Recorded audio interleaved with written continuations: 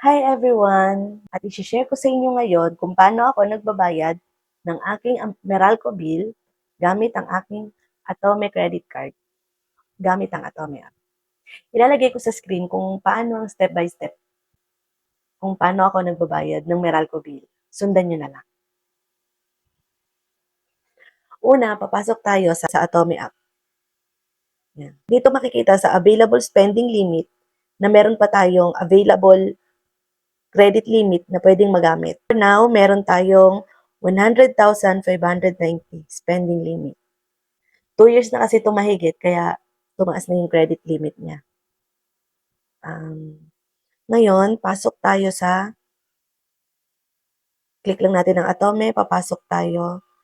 Kung makikita nyo, nakalock ang credit card. Kasi pag hindi ko siya ginagamit, mas maganda na nilalock nyo siya. Para maiwasan natin yung suspicious transaction, mga ganun. Kapag gagamitin, i-unlock natin. Kapag hindi naman gagamitin, mas maganda na i-lock natin.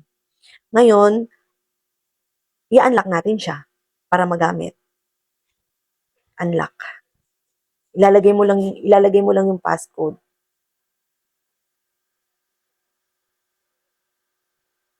Ayan, loading na siya. Oh, your virtual has been unlocked. Okay. Physical card, siguro yung physical card, di ko na lang i-unlock kasi kapag nagbayad tayo ng Meralco bill, virtual card naman ang gagamitin natin. Ngayon, dito, makikita natin, may QRPH, pay bills, increase spending limit, view CVV, and settings.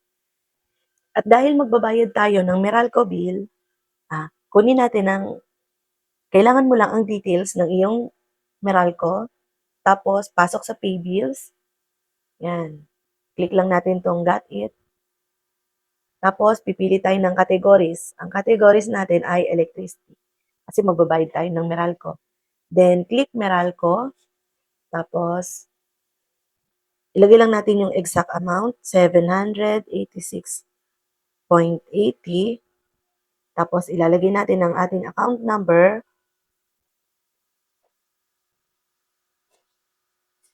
Zero 02-101.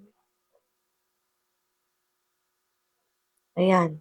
Make sure nyo lang na tama para hindi masayang ang binayad natin.